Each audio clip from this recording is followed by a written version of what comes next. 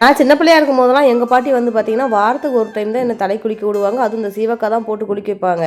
சீவக்காய் தலைக்கு போட்டு கசக்கிற கசக்கில் தலையில் இருக்கிற மூளையே வெளியே வந்துடும். அந்த அளவுக்கு போட்டு கசக்கி எடுத்தால் தான் அந்த சீவக்காய் வந்து தலையிலேருந்து வெளியில் போகும். சீவக்காய் தூள் போட்டு நம்ம தலை குளிக்கும் போது நல்ல முடி அடர்த்தியாகவும் வளரும், நீளமாக வளரும், முடி கொட்டவும் கொட்டாது.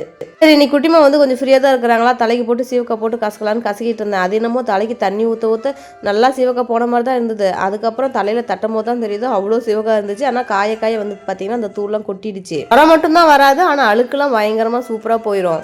எல்லாத்துக்குமே தெரியும் என்கிட்ட இருக்கிற மைனஸ் என்னன்னா, இந்த தலையை வந்து அழகழகாக எனக்கு சீவி பார்க்கவே தெரியாது. குட்டிமாவுக்கு அழகாக சீவி விடவே தெரியாதா.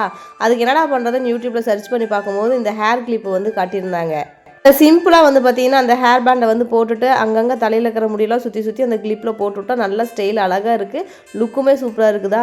சரி, நாமளும் வாங்கி ட்ரை பண்ணி தான் பார்க்கலாமே அப்படின்னு சொல்லிட்டு ஆன்லைனில் ஆர்டர் பண்ணி வாங்கினேன்.